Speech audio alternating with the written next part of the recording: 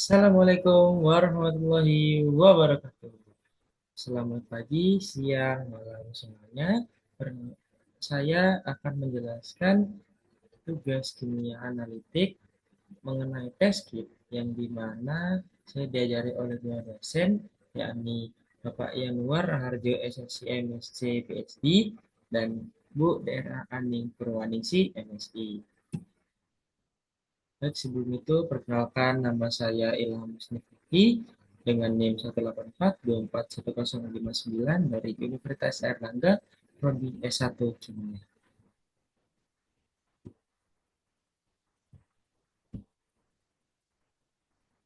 Baik, pada video kali ini saya akan menjelaskan dengan tiga lingkup pembahasan, yakni yang pertama tentang produk pasaran yang mengandung senyawa anorganik dan cara analisisnya. Yang kedua, artikel pembuatan test kit dari suatu logam atau anion dan cara analisis serta reaksinya. Yang maksud pada ini reaksi kimia. Lalu yang ketiga, jurnal tentang analisis logam atau anion dari cemaran lingkungan.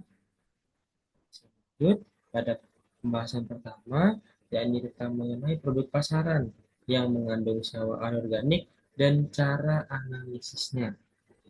Nah, saya membawakan dua produk pasaran, yakni pasta gigi yang mengandung senyawa kalsium karbonat, yakni CaCO3, dan sabun atau deterjen yang mengandung senyawa natrium sulfat atau Na2SO4. Baik, cara analisisnya itu bagaimana? Nah, pasta gigi ini tadi mengandung kalsium karbonat atau dengan rumus kimianya CaCO3. Nah, kita bisa memisahkan menjadi kation dan anionnya. Nah, kationnya tersebut adalah Ca2+, dan anionnya adalah Co32-. Nah, Ca2+ ini kalau kita lihat dari uji pendahuluannya, organoleptisnya itu dia berwarna putih, berbentuk serbuk, dan tidak bau, dan tidak larut dalam air untuk kehutatannya. Dan kalau secara teori, Ca2+ ini termasuk dalam golongan 4 pada penggolongan senyawa H2S. Nah, bagaimana reaksi penetapannya? Kita tahu ini adalah Ca. Nah, atau kalsium. Nah, si kalsium ini kita reaksikan dengan H2SO4 atau asam sulfat yang kita tahu. Nah, hasilnya itu akan membentuk endapan putih yang dimana itu terbentuk adalah CaSO4. Lalu yang kedua, kalsium direaksikan dengan kalium kromat. Nah, nanti akan menghasilkan batu putih juga, di mana itu akan menjadi kalsium kromat. Nah, satu cara lagi yang paling seru itu adalah menguji nyala api, yang dimana kita bisa melihat perbedaan yang sangat signifikan antara ion-ion yang kita tahu ada beberapa nyala apinya. Nah, kalau pada kalsium ini, nyala apinya itu merah kekuningan seperti warna merah bata. Nah, dari kesempatan tersebut kita dapat mengetahui bahwa pasagi ini memiliki nyawa atau kation Ca2+ atau kalsium. Lalu, karena tadi baru kation, kita harus mengecek anionnya. Anionnya jika di pendahuluan berwarna putih, berbentuknya serbuk, tidak ada bau spesifik dan tidak larut dalam air. Lalu, ini tidak memiliki nyawa spesifik dan dapat menghasilkan gelembung saat direaksikan dengan asam. Dan asam ini entah dia kuat, tapi menjadi kuat dan menidau. Ya, untuk reaksi penetapannya, si ion karbonat atau CO32- reaksikan dengan HCl atau H2SO4 pun bisa, nanti akan menimbulkan gelembung gas, dan itu di mana CO3-nya itu bereaksi dan mengeluarkan gas CO2 atau karbon dioksida. Lalu si anion ini atau zat karbonat itu dirasakan dengan barium dioksida atau BaO2 itu menghasilkan lawan putih yang dimana Ba bereaksi dengan CO3 ini menjadi BaCO3. Baik, lanjut. Kita ke sabun atau deterjen yang dimana sabun atau deterjen ini memiliki ion-ion dari natrium dan juga sulfat. Nah, dari kation dulu deh.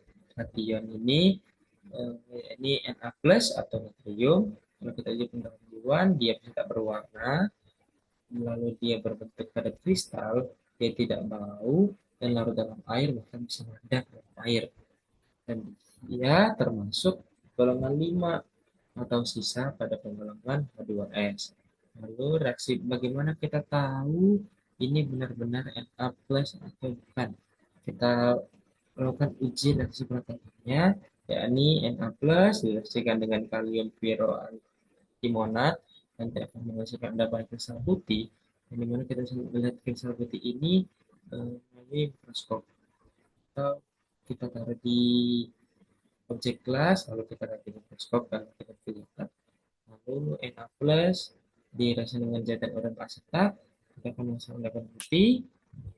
Lalu Na plus ini, natrium ini memiliki nyala api juga, yakni kuning intensif, yang dimana kuning ini jika kita lihat dengan kawat NCR, itu kawat NCR-nya tidak akan menghilang kuningnya. Jadi kita harus mengganti kawat NCR dengan kawat NCR yang baru untuk menguji warna lain untuk kation yang lain.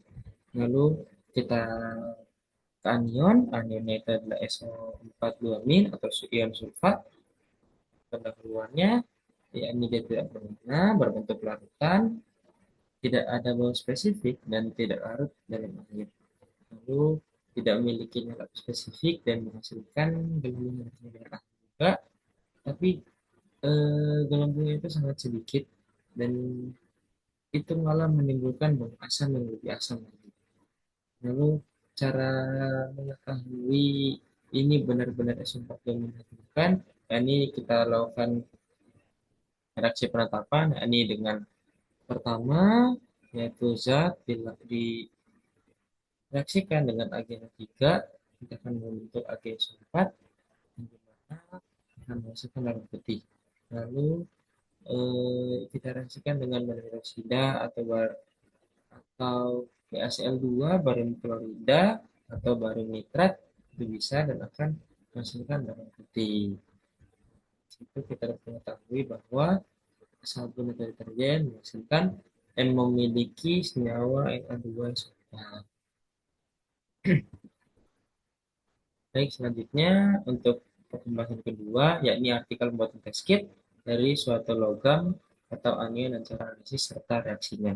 Nah, pada kali ini saya mengambil artikel tentang colorimetric sensor for Cu2 plus and Zn2 plus in mineral supplement with application of a smartphone paper-based assay of CO2 plus in water samples. Nah, sekilas tentang NBDG dan tujuan penelitian. Ini peneliti membuat sensor colorimetrik baru bernama NBDG, yakni hasil dari reaksi antara NBDCl atau 4 kloro 7 nitro 2 3 benzosadiazol dan gliratriagan atau GAP. Lalu larutan NBDG ini pada awalnya berwarna kuning ketika ditambahkan pada ion logam Cu2 plus and Zn2 plus. Ini warnanya akan berubah menjadi merah untuk CO2 plus dan oranye untuk Zn2 plus. Lalu sensor ini bersifat sangat selektif terhadap CO2 plus dan Zn2 plus. Sebagian besar ion logam lain tidak menimbulkan perubahan warna atau observasi signifikan pada spektrum nipis. Lalu karena perubahan warnanya jelas, peneliti juga membuat test paper atau kertas saring yang diimpregnasi dengan NBDG yang memungkinkan deteksi CO2 plus secara cepat dan on-site, misalnya dengan smartphone plus analisis citra. Nah, bagaimana sih mekanisme atau reaksinya? Nah, pada artikel ini kita diberikan beberapa referensinya, yakni NBDG berinteraksi dengan CO2 plus melalui koordinasi metal ligan ion logam mengikat atom N dari atom O karbonil hidrazid dari NBDG. Lalu dari data MS mass spectrometry kompleks yang terbentuk memiliki rasio 1:1 satu NBTG dan satu ion logam. Lalu perubahan warna atau spektrum terjadi karena kompleksasi, mengubah struktur elektronik NBTG, lalu mempengaruhi absorbansi di UV phase. Lalu untuk CO2+, muncul pita absorbansi maksimum pada panjang gelombang 540 nanometer yang menyebabkan warna merah terang. Lalu untuk zeta 2+, dia memiliki pita maksimumnya pada gelombang 480 nanometer yang menyebabkan warna oranye.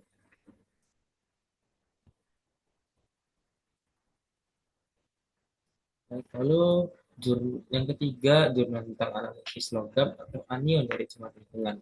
Nah, saya mengambil di sini tentang persebaran logam berat pada tanah dan air tanah akibat aktivitas industri rumah tangga penambangan limbah.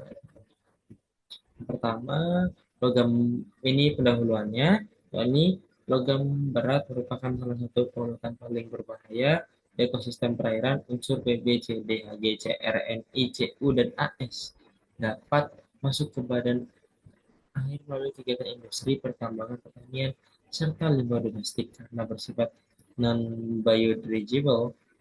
Logam berat mengalami akumulasi di air, sedimen, dan organisme akuatik sehingga menimbulkan efek toksik jangka panjang pada lingkungan dan kesehatan manusia. Lalu yang kedua, sumber kontaminasi logam berat itu dari mana aja? Sumber utama pencemaran logam berat meliputi satu industri yang pelapisan logam, tekstil, elektroplating, dan penyamakan. Lalu kedua ada pertambangan, yaitu tailing, acid mine dredging, lalu pertanian, pesticide and pupuk fosfat, lalu empat buangan domestik dan limbah elektronik atau waste, lalu kelima pembakaran sampah dari emisi industri. Sumber-sumber ini melepaskan ion logam berat yang larut di perairan dan mudah berpindah ke rantai makanan. Makanya ini sangat berbahaya bagi kita dan makhluk hidup lainnya. Baik, lalu ketiga, mekanisme toksinitas logam berat. Logam berat bersifat toksik melalui beberapa mekanisme kimia. Yang pertama, pembentukan ROS, yang singkatan dari reactive oxygen species. Beberapa logam Fe, Cu memiliki reaksi Fenton sehingga menghasilkan radikal hidroksil atau OH yang sangat reaktif. Nah, seperti ini reaksinya. Lalu ROS ini menyebabkan kerusakan lipid, protein, dan DNA. Maka itu sangat berbahaya bagi makhluk hidup. Lalu yang kedua ada penggantian ion penting dalam enzim. Nah, contohnya Pb2+ menggantikan kalsium atau Ca2+, yang dimana itu akan mengakibatkan gangguan sinyal saraf. Lalu CD2+ menggantikan Zn2+, yang dimana itu akan menginhibisi atau menghambat enzim. Dan yang terakhir, yang ketiga, reduksi toksik CR4 yang menjadi CR3 dalam sel. CR3 yang terbentuk mengikat protein DNA itu mengandung sitotoksik atau berbahaya bagi tubuh. Baik, terima kasih. Mungkin sekian dari saya. Jika ada pertanyaan, jangan di kolom komentar. Jangan lupa like, comment, subscribe. Dadah. Terima kasih.